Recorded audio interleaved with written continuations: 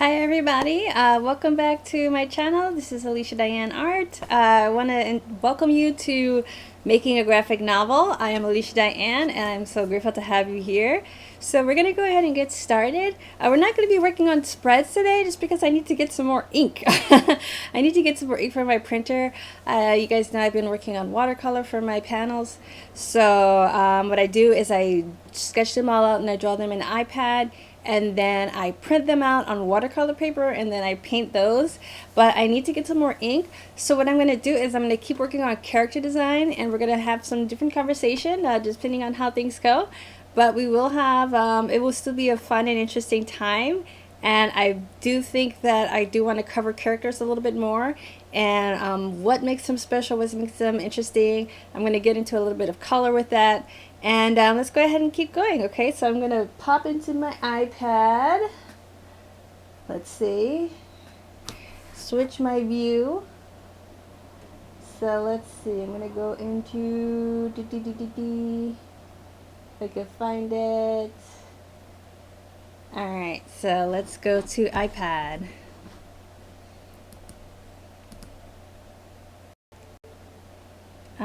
Alright, so I'm going to continue working on this turnaround that I was working on a few weeks ago. And I'm going to go ahead and name it since I hadn't named it before. So let's go back to gallery. And let's rename this Jaydi Turn Around 2024, because I did do some turnarounds of her before.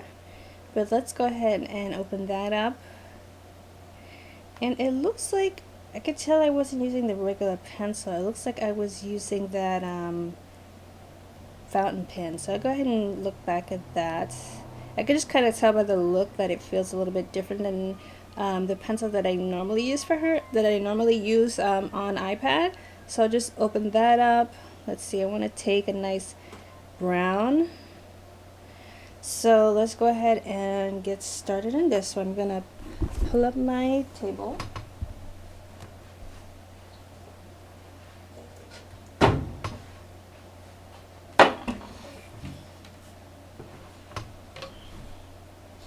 I've been working on this one with on my iPad. When I'm close to my monitor, I gotta use an extra table just because it helps me to, gives me a surface because my desk is too far away.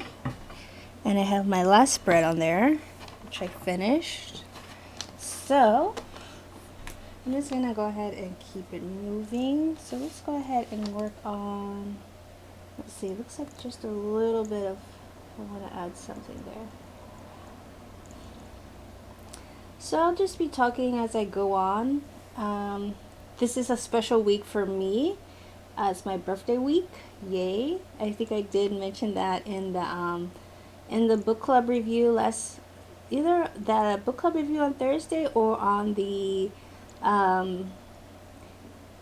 this, what is it called? Studying the Masters. I don't know why that I blanked on that for a second there. That was on Friday. I might have even mentioned them on both because I tend to get excited for birthdays. I think they're a big deal, and I think that everyone should think it's a big deal because you could be dead. So I think you should always celebrate your birthday. Am I on the wrong layer? I am on the wrong layer. I think I noticed that early.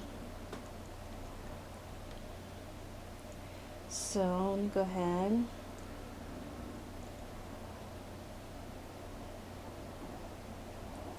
Keep that. And let's see, I'll just merge these down so that they're in the same layer. Not sure I have that one separate, but that's okay. I'll lock this and I'll keep moving over here. So when I'm done, I'll be able to just have my clean ones show up.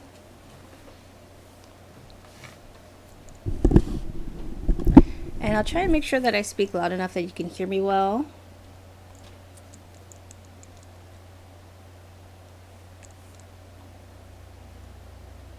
Yeah, I mean, it doesn't matter like how long you do like digital drawing, digital painting.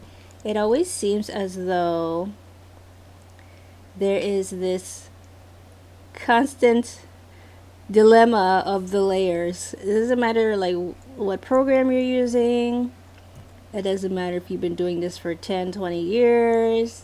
There's still those moments where you're like, oh yeah, wrong layer. And that just never goes away. I was teaching my comics class on Saturday, and I had a student that also drew on the wrong layer, and he's like, I heard that he said a little bit of a word that you're not supposed to say in middle school, but he dropped an F-bomb. And it's like, yeah, I mean, I didn't even say anything because I'm like, yep, that's the feeling. That's the feeling of that wrong layer stuff. But anyway, we can go ahead and start to get onto what we're talking about today. I haven't put my finger exactly on what I wanted to go over today, but I think there's a couple of things that have come to mind today and in the last week. One specifically is I was talking a little bit before about the mentorship program that I'm in, but I don't know how much I got into like the feelings that brought up for me the other day. I didn't realize that I still had so many emotions about not getting that sort of dream job that I wanted to have in the industry. I just didn't realize how much it was still like a thorn in my side almost, I would say. Like, I didn't realize, and mind you, I don't even want the job anymore.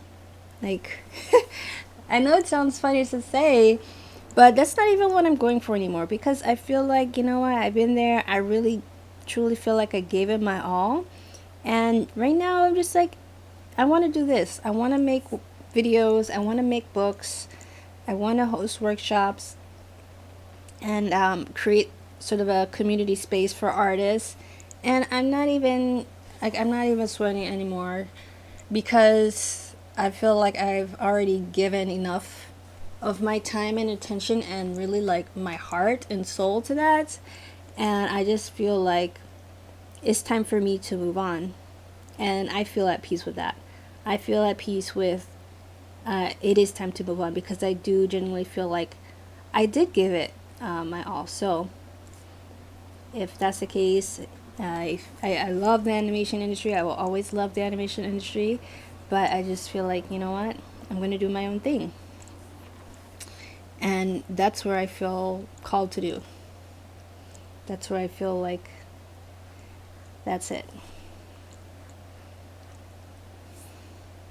So anyway, I was talking, and oftentimes conversations here, because they're the same day, conversations spill over here from the conversations I had with my therapist on Tuesday morning.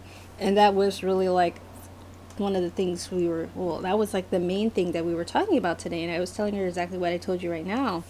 And I really kind of feel like, I feel excited about the future. I feel like I kind of feel empowered that I'm not holding on to it anymore. I feel like for a long time it was really like just a source of pain. I felt like I didn't have any control over it.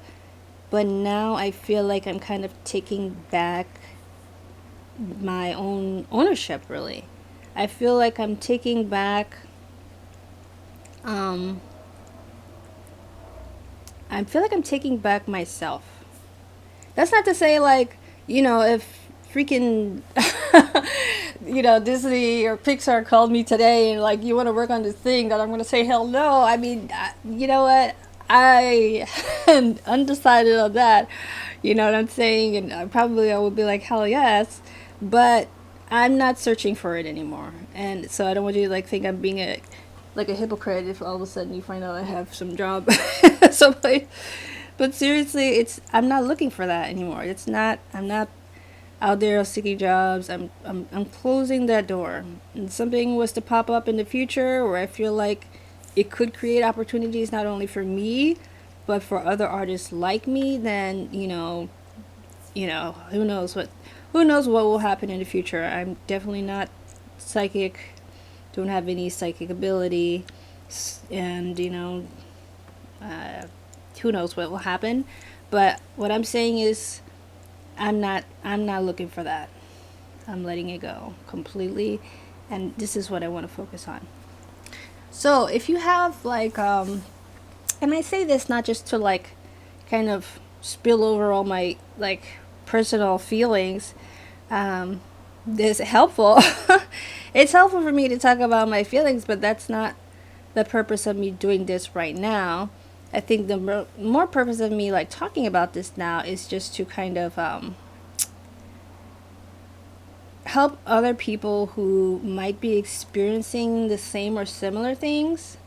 And one of the things that came up is like I was like, I hate to like, I always, it's the weirdest thing to be like a woman and to be a black woman and to like have these type of feelings that are there, but feel like you can't really, or maybe you shouldn't express it, because I can't help feeling like maybe, just maybe, my race had something to do with it. And I don't know. And I always like kind of wonder that, like, if I was, ethnically different, if it would have been a different experience for me. And honestly, I don't know. I think probably it might have had something to do with it.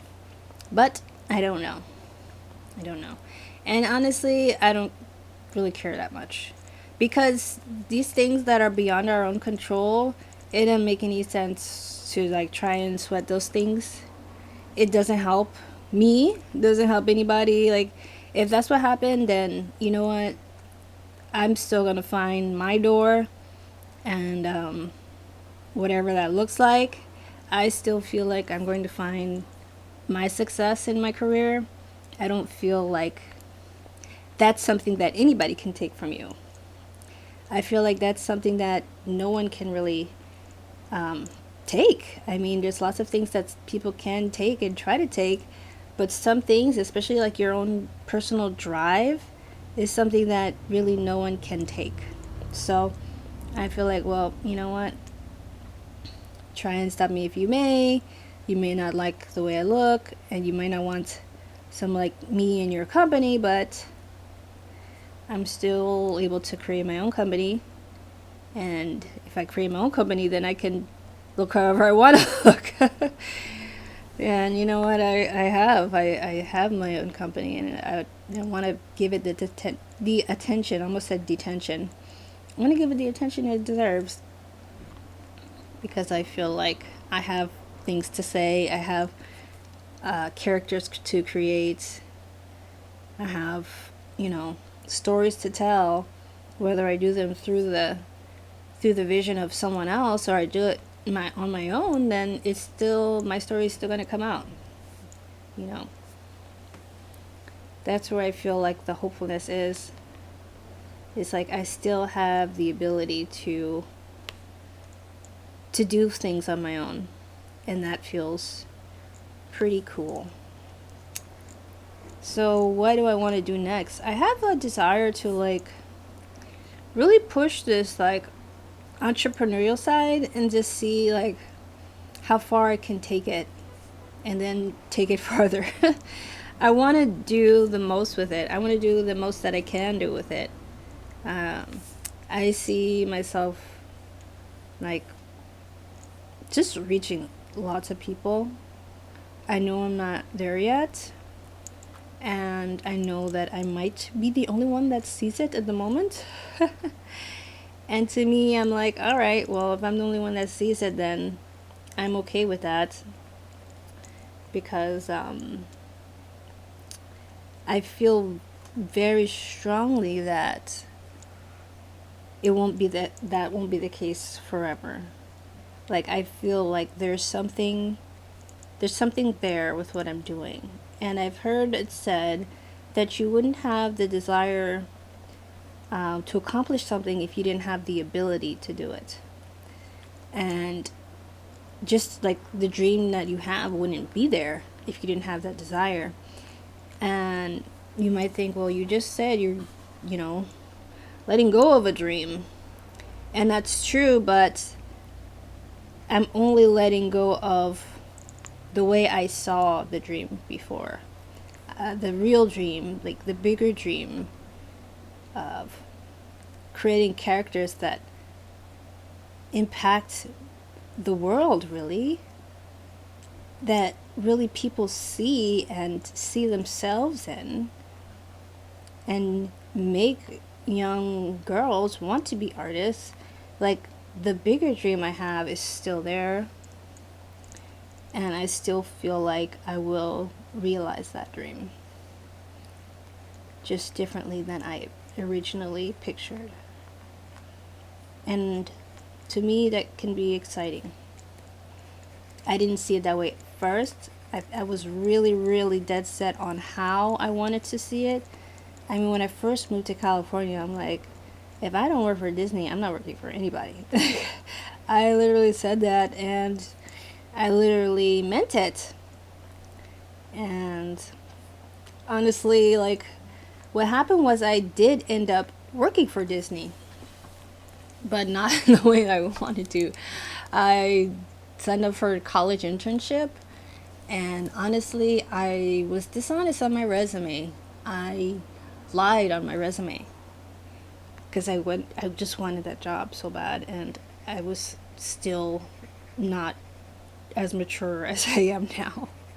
So I lied on my resume, and I got the internship, and it ended up being a job I really didn't like, because at first it was super exciting.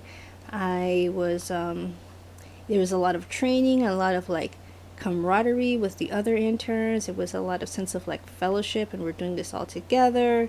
And it really felt like you're doing something important, and something like, you know, that's going to be like a stepping stone up to like the rest of your career. But that was just the training. That was just the intro to the training. That wasn't even the real on the job training. That was just the introduction, like the seminar, really, like the what do you call it when you first start college and they have that like meeting. But anyway, it was really just an intro. But when we got on the job and I realized that I was just going to be like, you know, customer service and working the register and just doing like stuff I had done before, like when I was very young. And yeah, I felt kind of like foolish, because I was already, it's not like I was 18 or 19 years old, where that kind of job is important to really learn, like, just basic on the job skills. But I was already in my 30s. I still wasn't mature enough, obviously, because I wasn't truthful on my resume. But yeah, it ended up not being what I wanted it to be. I couldn't do the hours, and I might have talked about this before. I was driving every day from Santa Clarita, which is, north, all the way to Anaheim. So it was like 2.5 hour drive many times. Sometimes if I was lucky, maybe it would be an hour and a half, but if I wasn't lucky, it would be like 3 hours. So there's times I slept in my car, like literally slept in my car, because it was too late for me to drive home. I knew I'm not a good night driver. I knew it wouldn't be safe.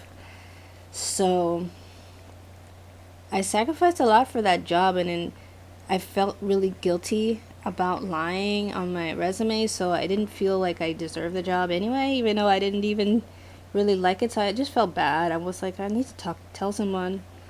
But I just ended up like, you know what, this is not the job for me. So I quit after just like a couple weeks. And from there,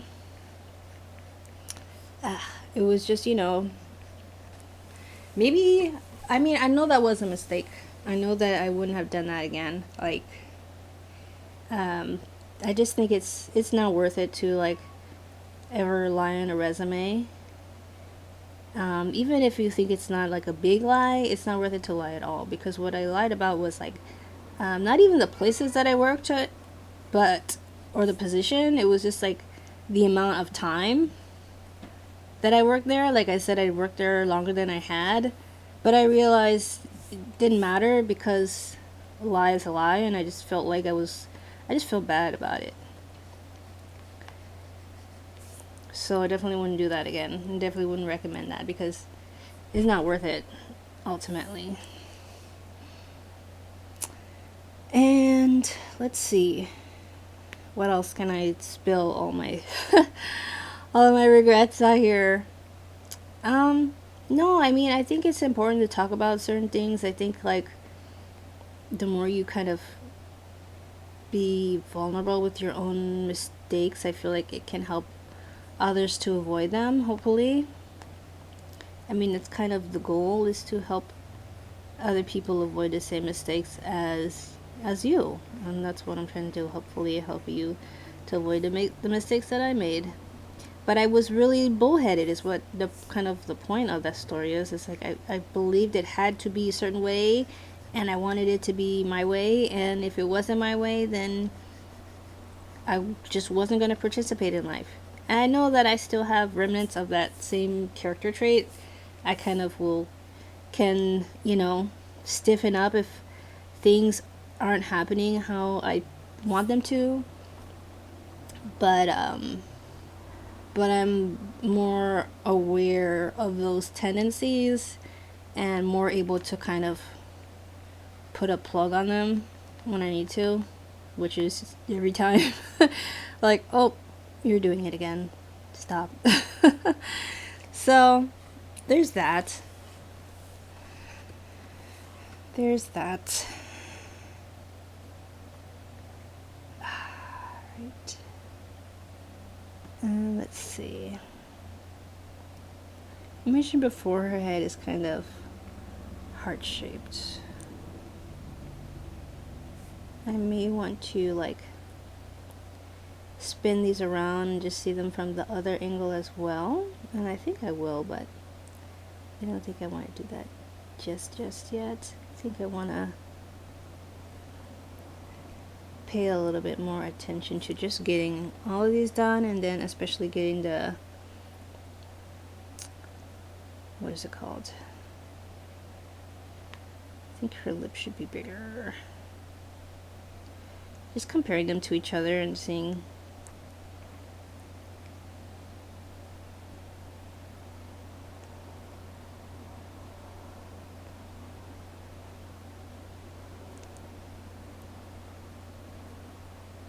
That feels more accurate. But the thing sometimes with Procreate is when you scale up, sometimes it gets blurry.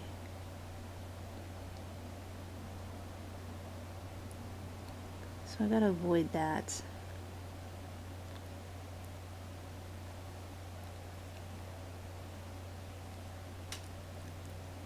I also mentioned like when I was talking with my therapist, like how I really got influenced and inspired by the animation industry like when I was very young. And a big part of that was seeing Glenn Keane, and I definitely do these eyes as sort of a shout out to Glenn Keane. It's just like he impacted me so much, and I didn't even realize like how much he impacted me until I started talking more about it. And just what I really love about him is that he really truly brought fine art into animation. I feel like the way he did, just the way he pictured things, and not to say that there weren't amazingly talented artists in animation before him, but he just brought like a really formal type of aesthetic that was really just in like fine art. And at the time when I was first seeing his work, like in Little Mermaid and especially in Beauty and the Beast. That was when I really so I'll say this. I'll say the Little Mermaid is the character and her personality and the way he depicted her acting, all of that together, really made me love character. And then just the way that just the piece of art that Beauty and the Beast was just as a whole, and just like how like I feel like mature and what's the word I'm looking for? Sophisticated it is as an art piece that really spoke to me even when I was really young. Because I was going to museums, I was looking at Renaissance paintings at that time. I was looking at large scale like oil paintings, and he brought that to animation for me. I feel like he did.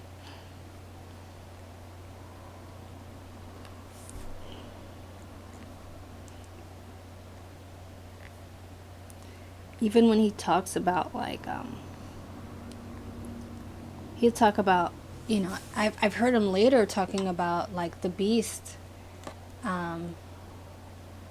and that scene, you know, where he dies.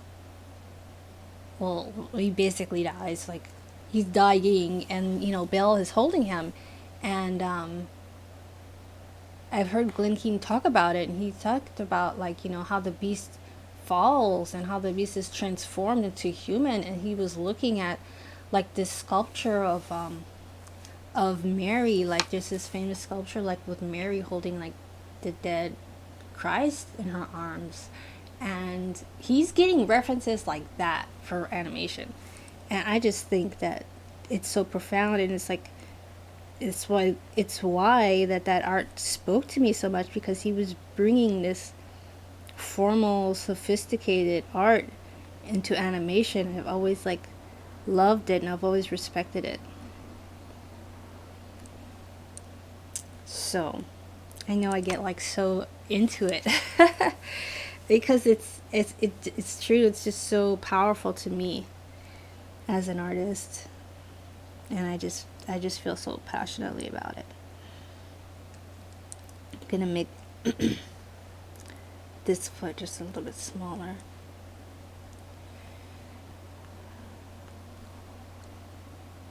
She's starting to get like Moana feet, like they're getting a little too hobbity, I think. I want to make sure that her feet don't look too big.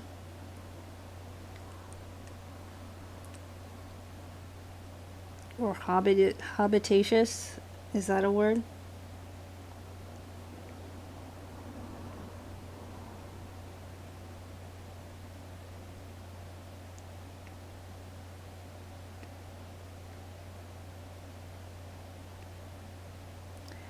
Alright, so let's fix her ankle. Get a little AI over here.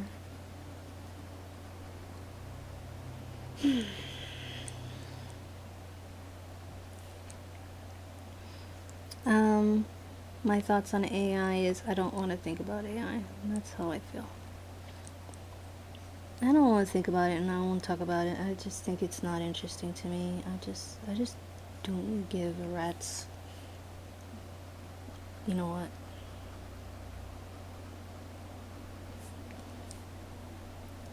That's how I feel about it. I don't know about you, but I don't care to like waste time talking about it. I'd rather be drawing. Rather be drawing than wasting time.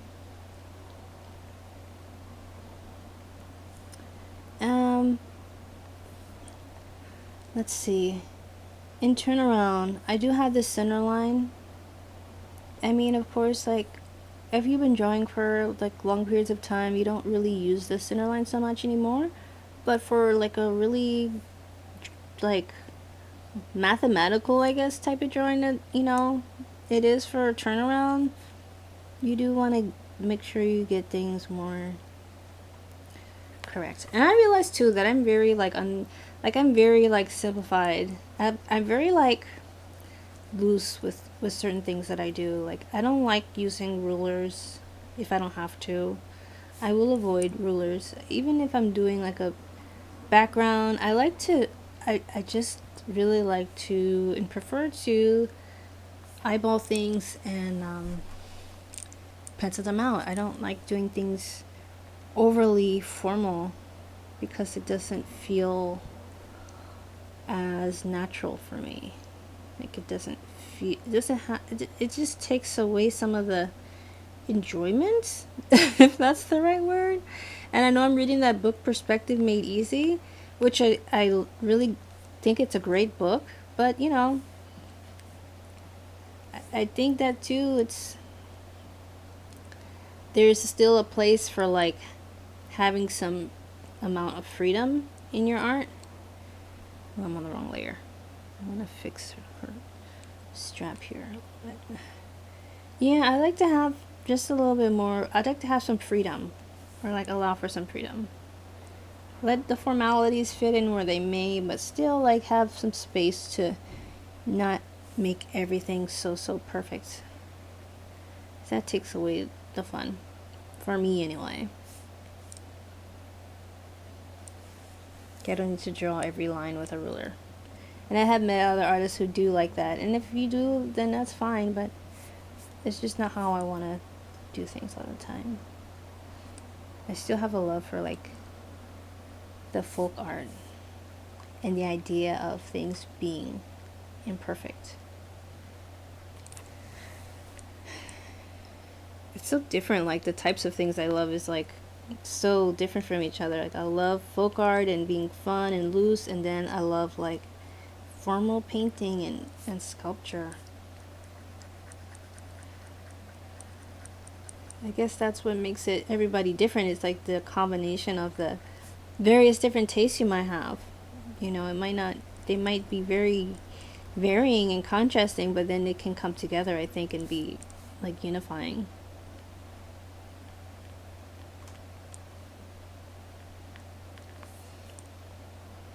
At least that's how I think. But who cares how I think? You do. Right? Are you going to be watching? I care how I think too. I think it's good to care what you think. This actor said something really profound that I heard today. It was on The View, and I do watch The View. And yes, I'm a Democrat, but don't judge me too harshly. I'm still very open to voting in different directions if it makes sense. Definitely doesn't make sense this year, but you know, in the future, if there was ever a Republican that I thought was on the same team, then I would vote for them. But anyway, I was talking about, forgot what I was talking about. Completely forgot what I was talking about. Maybe it will come back to me.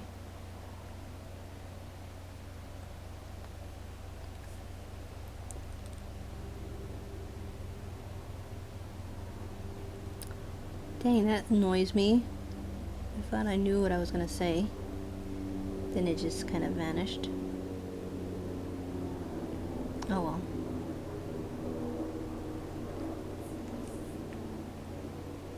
I would really like to get to color today, so I hope I have some time to get to that.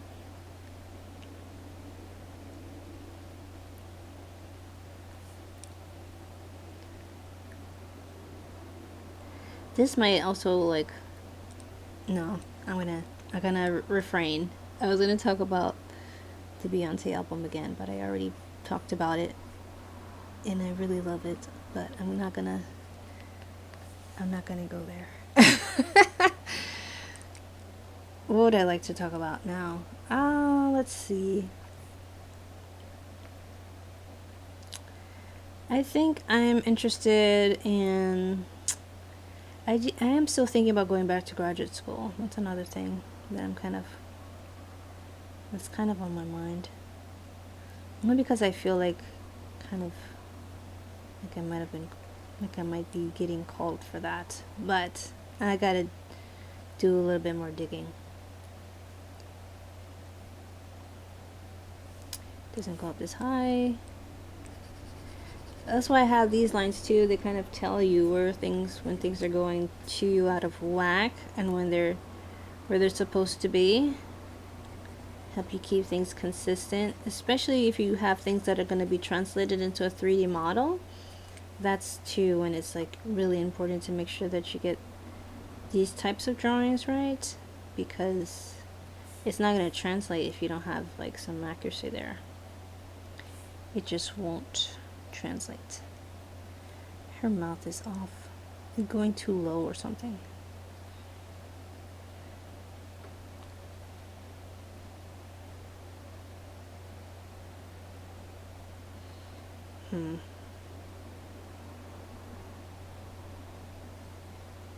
Her mouth is off.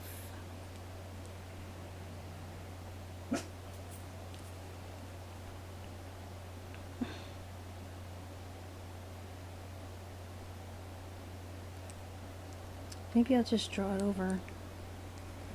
But it feels a little weird.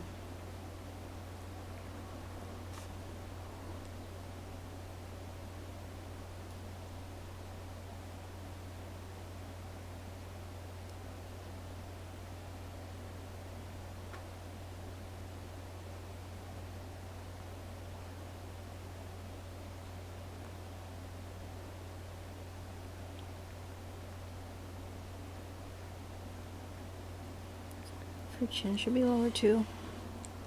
Let's see.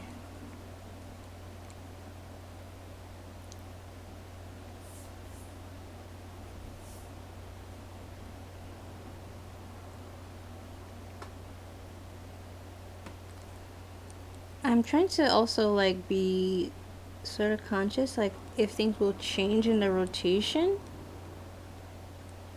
and what that might look like.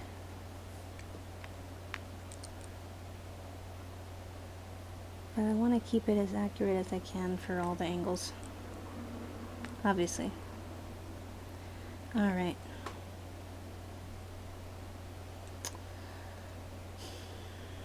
Doesn't look like it goes much further than just like a bump there.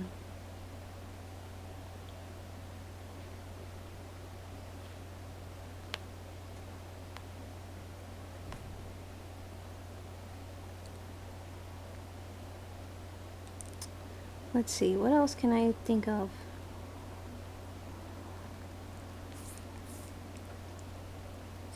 I'm putting out another book right now, and it is a book that I only released in a digital format. It is available in a PDF right now. It's a book that I made during the Kickstarter for the first book, Jaydi story, and it's the making of. And so what I did is I created like this PDF book, and it's like 70 pages, so it's a good size. And right now it's available for PDF. I am going to be selling it as a physical copy, but I think once I start selling it physically, I am going to take it off of the free PDF version, just for obvious reasons. I want people to go and get the book. So there will just be a very limited time left. You can get the PDF when you sign up on my in the link below. If you're watching on YouTube, or if you go to my website, if you're watching on Facebook, it's aliciadianne.com, and then you can see it will have a tab for free PDF, and then you'll be able to get the PDF. But like I said, I'm going to be canceling that PDF soon because I'm releasing it as a physical book very soon, like this month. So it's coming. So just so that you know first that that's what's happening.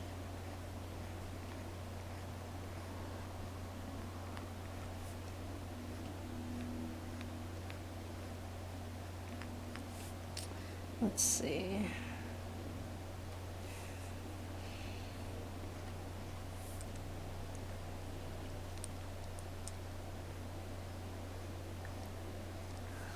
How are we doing on time? Oh wow, it's already getting late. It's already 1 p.m. How the heck did that happen?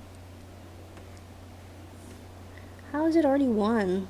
I have no idea. That's crazy. Time just goes.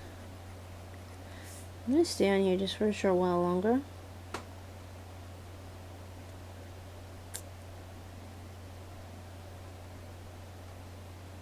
Hopefully at least I can get my the last part of my turnaround done. There's only one more pose left.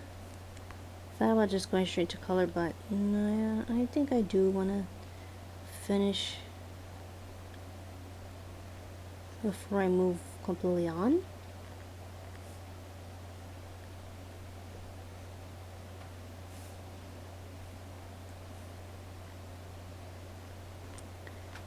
To color, which is the next different stage of the illustration completely, or to turn around. You really don't need to have a color for your turnaround, but it is helpful, I think, especially when you just want to keep those color codes in. Like if you're doing digital painting and you want to just have those color codes like already embedded there, so that way you can just pull up the reference and you have those colors just already there. So all you have to do is use that eyedropper tool and you can just go ahead and, you know, work from that.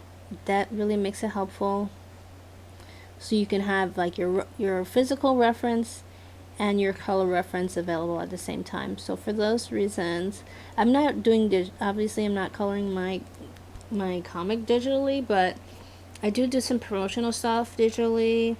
Have a couple of the digital paintings related to this series. So I mean, I still feel like it's helpful to have even the digital versions of the color palettes so that I can use that for the other promotional type of materials that I'm putting out.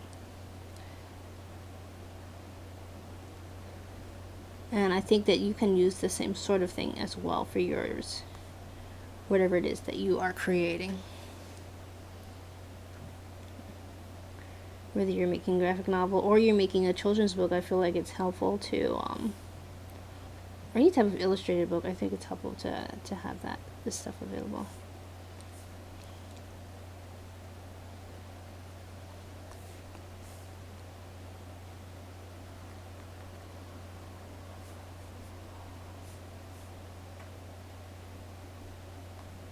Alright, so I'm gonna make sure that I keep sort of the organic shape of her hair. It's organic, but it's also like, I want it to be fairly clear, like a diamond shape. Just because I think just having that sort of consistency with, or like, just having recognizable shapes makes for a stronger character design. Or easy to recognize shapes makes for stronger character design. Let's see, I'm pretty sure that her hairstyle has always been sort of part of her. I think I've probably just maybe taken some time to understand it better as time came to be, but I definitely do think that, you know, her hairstyle has always kind of been, it's almost like new dreadlocks. I don't know. And I had this character before I had my own dreads, and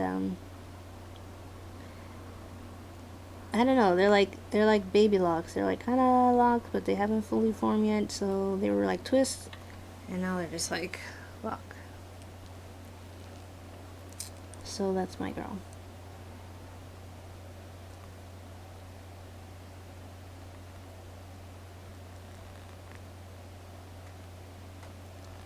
I didn't even do my figure drawing yet today, so I'm surprised I'm even doing this. That's right. I usually am like so funny about doing the figures that I don't like to draw other things before I have those done. And I often like will feel like, oh no, I'm just not gonna come out the same if I don't do my figures. It's just how I've trained my brain to think. Obviously I can still, you know, get my work done, but I like to have my regular practice in. It just makes me feel more prepared for the day. So after this, I'll probably get some lunch and then do my figure drawing and get back to get that ink so I can continue on to the next spreads.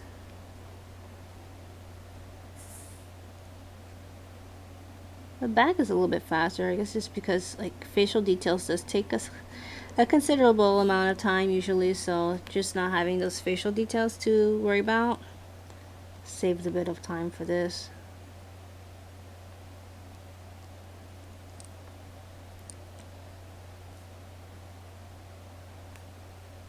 But I'm glad we got this done. I just kind of had left it and abandoned it and went back to my spreads after the last time I was working on characters, so that's good. I mean, I knew I wanted to finish it, but I also need to finish my actual book. And I already have those drawings drawn. They just need to be colored. So, yeah, I went back to spreads. But, you know, I still want to have this because, like I said, hopefully in the future, you know, I will have other people working on this with me. Like, I would love to hire out, like, having pages done by, you know, other artists so that I can get some of these books out to the world faster than just me working on them by myself, especially like the early stages.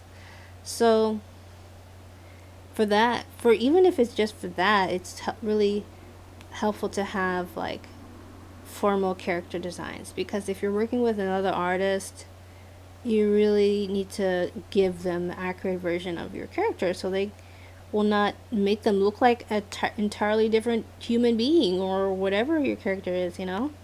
You want to make sure that your character looks like your character. And that is the purpose of having a turnaround. So you know what to expect from every angle, and if you hire someone else on, they know what to expect from the other angles so they don't mess it up. Her ankles are way too thick right here. You see, and stuff like that matters. Like, okay, ankles are, that's not my character's ankles. I'll probably have to do some tweaking too, just to make sure I have it exactly how I want. I remember I talked about this earlier. I'm not supposed to be getting too perfect on this on life, but for certain things, like a turnaround, outcome does matter, and you want to be a little bit perfectionistic. If you're going to be perfectionistic on anything, it should probably be the turnaround, because you want it to really be that character.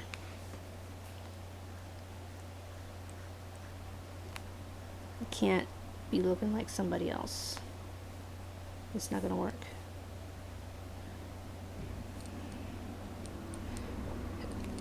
Alright, so let's see. Let me take off the pencil. Take off the, let's unlock this. I'm gonna unlock this, and I'm gonna put all of these like preliminary drawings together in their own group. Let's see, let's group those, and I'll just name that preliminary. Did I spell it right?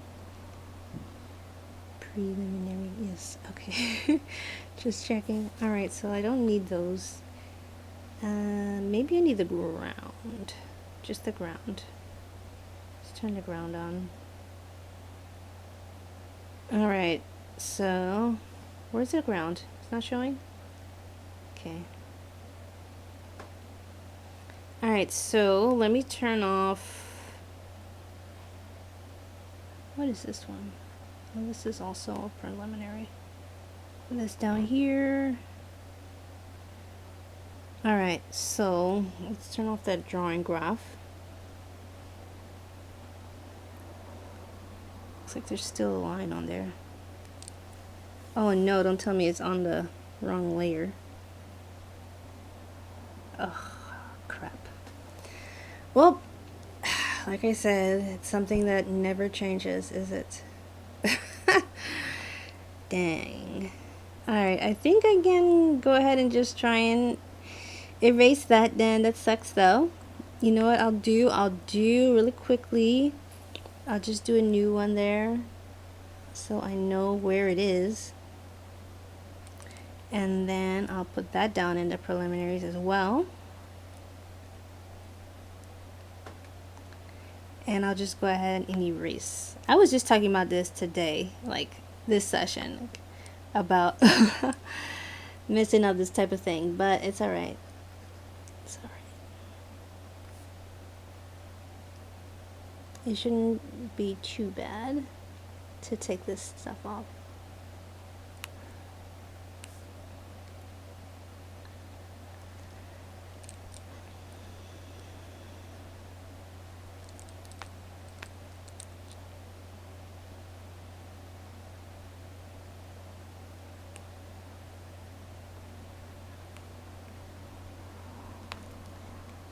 I wonder if I can at least find the colors I want to use.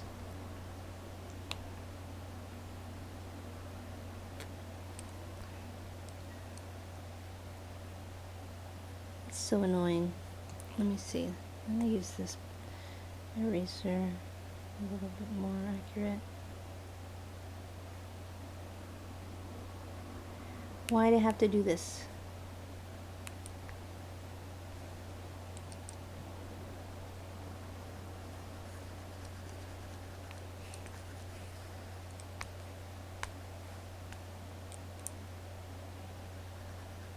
At least it's fairly quick. At least it wasn't on all of them too. That would really suck.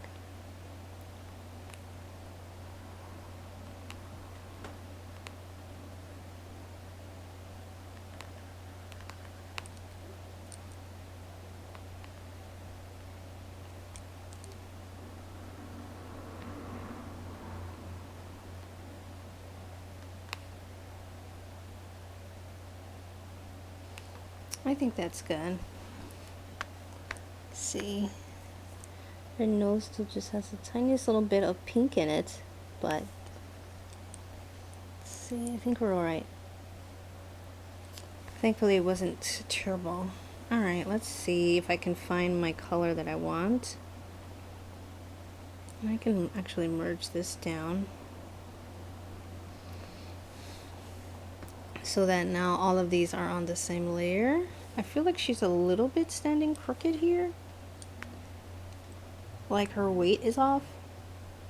Somebody was talking about that in another group that I'm in, a drawing group, like how you know. To me, well, after a while, you should always know, like, and one thing I mentioned with that in the group was like, you should always know where your character's weight is. But I think it's something that you kind of get used to after a while, of like just eyeballing and telling whether or not something is off. I think that happens. Alright, so I'm gonna lock this so I don't freaking paint over it. And let's see. You know what? It's funny. I've never formally picked out her color in the digital format. I don't know if it would be too off from this. I know she's a pretty dark-skinned girl, and I wanted her to be dark-skinned.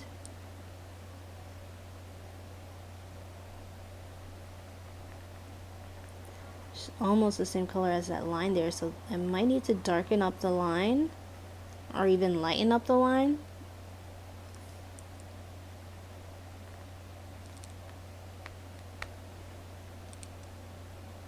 Just so we can see where things are changing.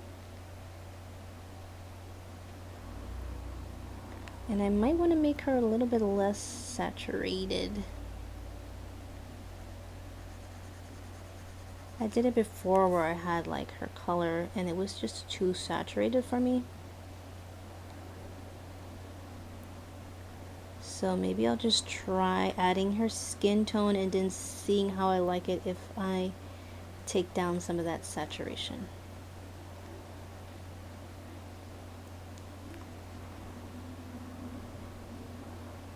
But I just want to get her face in so then I can kind of be able to get a good look at that.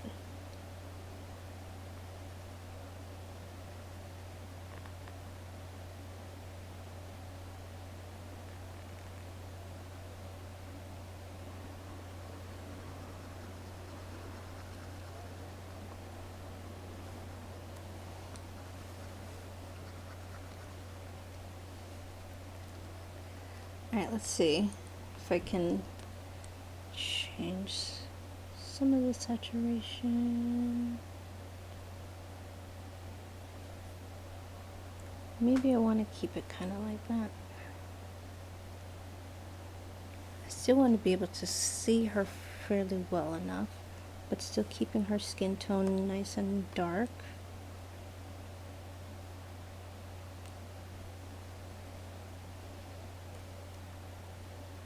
I like it with not as much saturation. Alright, let's try this out, see how that works. And I can always kind of change it later if I'd like to. It added a little bit of white when I brightened it up, but I think I'm going to keep it that way, even if it's just for the purpose of being able to see the lines in the work for now. And I may vary it up a little bit, depending on how I feel about it. I'm going to try coloring her whole skin and see how I like it. Right now, I'm fine with it. And what I've been doing in the comic is just making her hair essentially just jet black. I might lighten it just a tad, because it comes out being more charcoal because it's watercolor, so it's not pitch black. It's more like charcoal. And I may kind of play with that a little bit for the purpose of this. I want to see where it's like almost in the middle. It's even a little bit more centered left. So I want to keep that in mind when I'm doing her hair. And just the scale of where it is in the scale of saturation. So I want to keep that pretty consistent.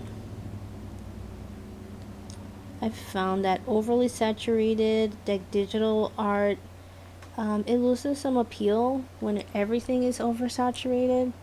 I mean, it's okay to pick an item to put some saturation on, like a pop-up, like a pop-out like object, or something that you really want to be something that stands out in the composition. But I notice, like, if the whole thing is oversaturated, it just feels way too digital, and that's not a look that I vibe with or want to. So we'll see.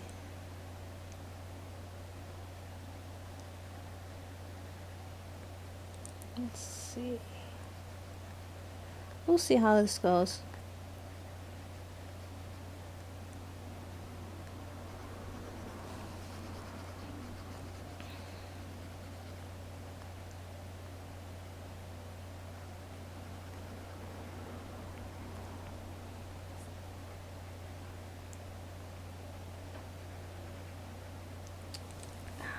I might make her eyes a little bit brighter. I've been liking to make her eyes kind of bright. And her lips are more, and they're like natural colored, but I still have them like this reddish brown color.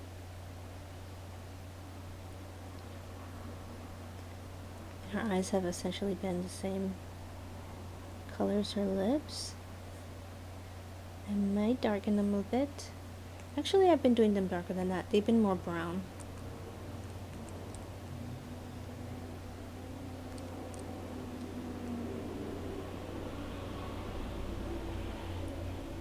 Which looks better anyway. I might take her skin and do the little nose pop. The little shine of light. And let's see. I like her now. It looks kind of cute. I like the color. Alright, so let's see. I'm gonna take it kind of charcoal-y. See how I like this.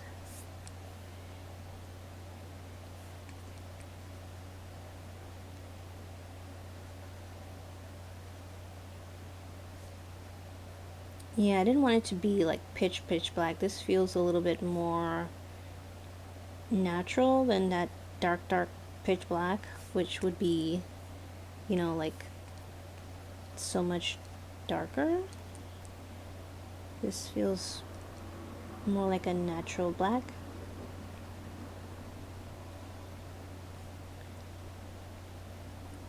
One thing that I noticed too is color can really say a lot about like the sophistication of the work that you're making. If it's overly saturated and bright too, it can feel like either like amateurish or very like young and like not serious at all.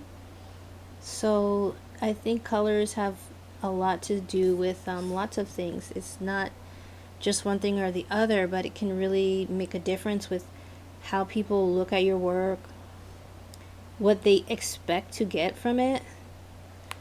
I think a lot of that plays into color.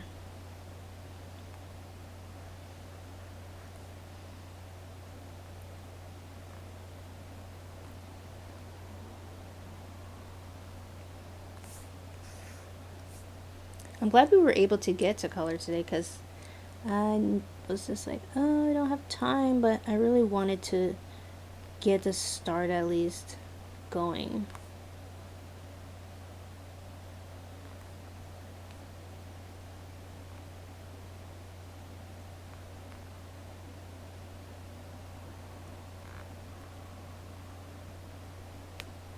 Especially on this first like 3/4 turn. And that might be the only one that you really necessarily need to color because you can do the others with like just kind of on a grayscale, and that can work just fine as long as you have the colors in one place. Like that's all you really need. And let's see, her shirt is teal. I don't think I have the grade of teal. It's a little bit more like in this realm.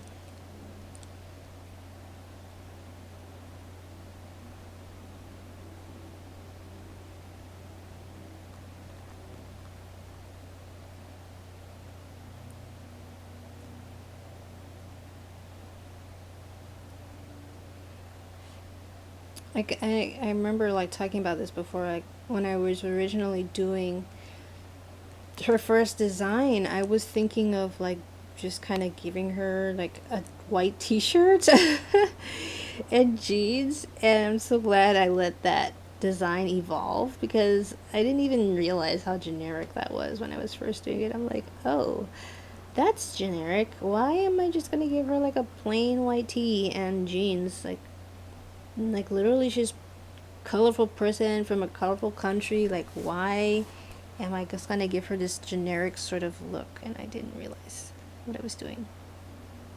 I didn't realize it. So, alright, she's got this lavender colored kanga, it's called, which is just like a big piece of fabric that a lot of women will wear as a skirt. But I have her wearing it as a wrap dress. I've seen like some of the younger people wearing it as a wrap dress, and I thought, that's kind of cool. If she just kind of takes the big fabric and just ties it around her neck, then it can work like a skirt, like a dress, instead of just a skirt. I thought that would be kind of fun and different, just to give her something unique about her. And one of the things that I did when I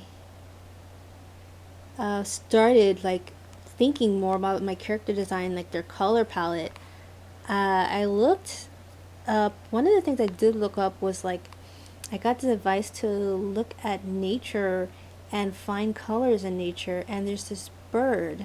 There's this bird in Kenya that has this sort of a color palette. It has like a bright teal and a lavender, and I was really attracted to that. And one thing I realized, I don't know if it was like intentional or it just kind of was fate, but I also realized that I also picked these colors because I always love teal and teal and purple together because of Ariel. So it's another, for me, it's another little bit of a shout out to Glen Keane, just to have that teal and purple there, which are Ariel's colors.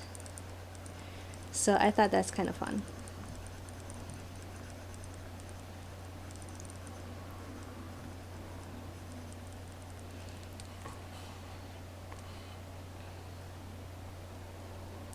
And the lower portion of her skirt is a little bit lighter down here, maybe even a little bit more.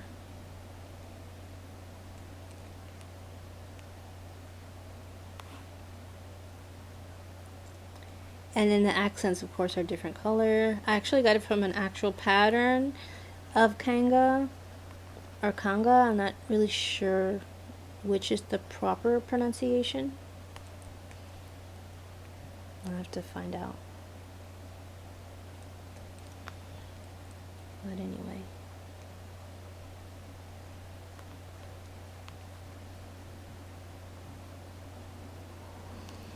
And let's see, I think maybe I'll use the pencil to do the pattern.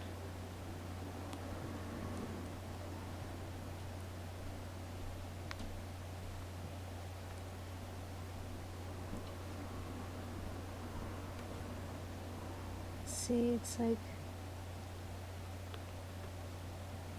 this, it's almost like an arrow. Oops. I'm gonna do these first because I want it to end, usually ends like right here. So I'll do the first one first, and then I'll have this other.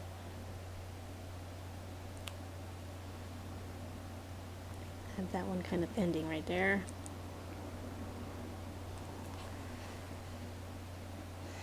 It might make sense to even do the pattern on a different layer so that it's not corrupting anything. If I make a mistake or I want to change something later on.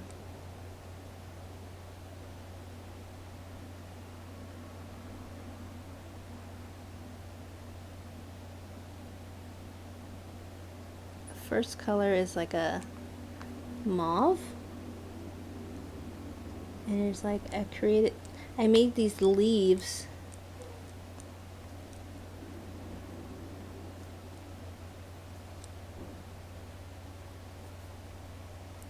Which is part of the original pattern that I saw. I don't know. They're a little bit, random how I place them. Only thing that's always consistent, I always keep those two up there in the front. And then I just kind of, I'm too strict about where I place them. Just as long as they look like the same pattern. And then we have these flowers, which are kind of like another accent. Maybe a little bit darker.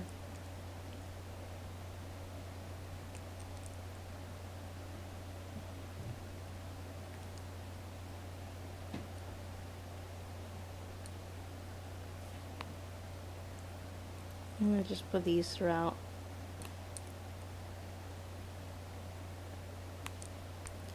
I forgot. I'm like, did I color her legs even? I did. Okay. Good. Because I was thinking there that I might have not colored her legs. Didn't want to not do that. That would be weird. Alright, so those are that.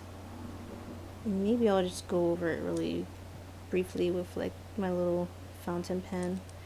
I do it with like, I should do it with black on my regular one, but maybe I'll just kind of do a very deep brown again.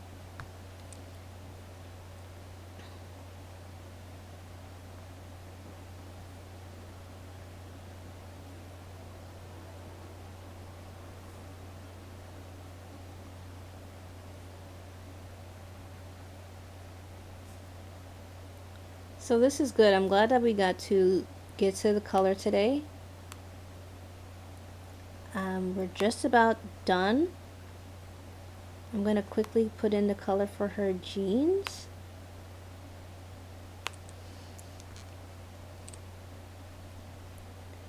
And I'm not going to do shading or anything right now. I may add that later, but I don't think we need to do that at the moment, so I'll let it go.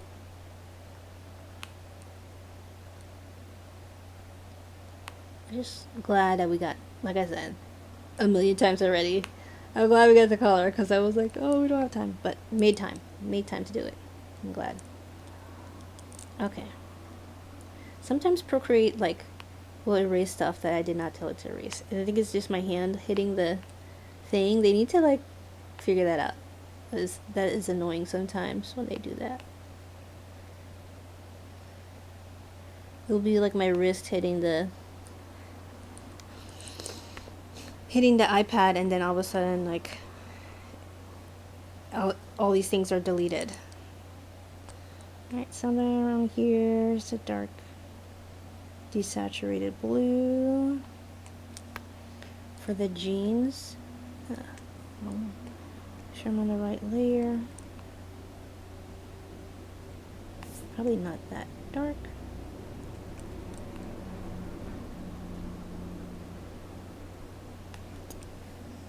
It's not the right color.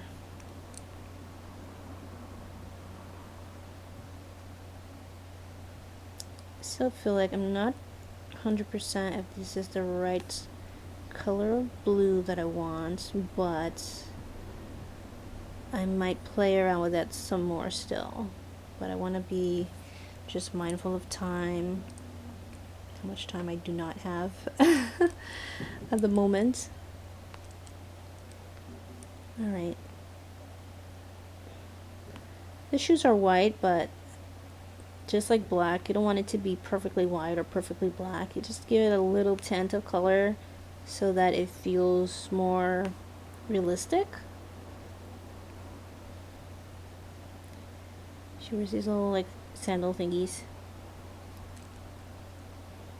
which I saw like a similar type of thing when I was looking at references of different people in the tribe. So alright, well, here we are. This is Jaydi and her updated turnaround. I'm glad that we got all of this done. I was worried about how much would actually get done, but I think this is a good amount. I'm happy with it. I'm happy with the character. She's giving me a little bit of vibes of Halle Bailey right now. I don't know why, but I'm cool with that because it's a very beautiful woman. And I'm going to switch my camera over. It's already 1:30, wow. Alrighty, so let's switch. Wrong view still. Let's see, camera. There we go. Alright, thank you so much for joining me on this making a graphic novel. We just got our turnaround pretty much done. We got all the color in there, we finished all the line, so I'm pretty happy about it.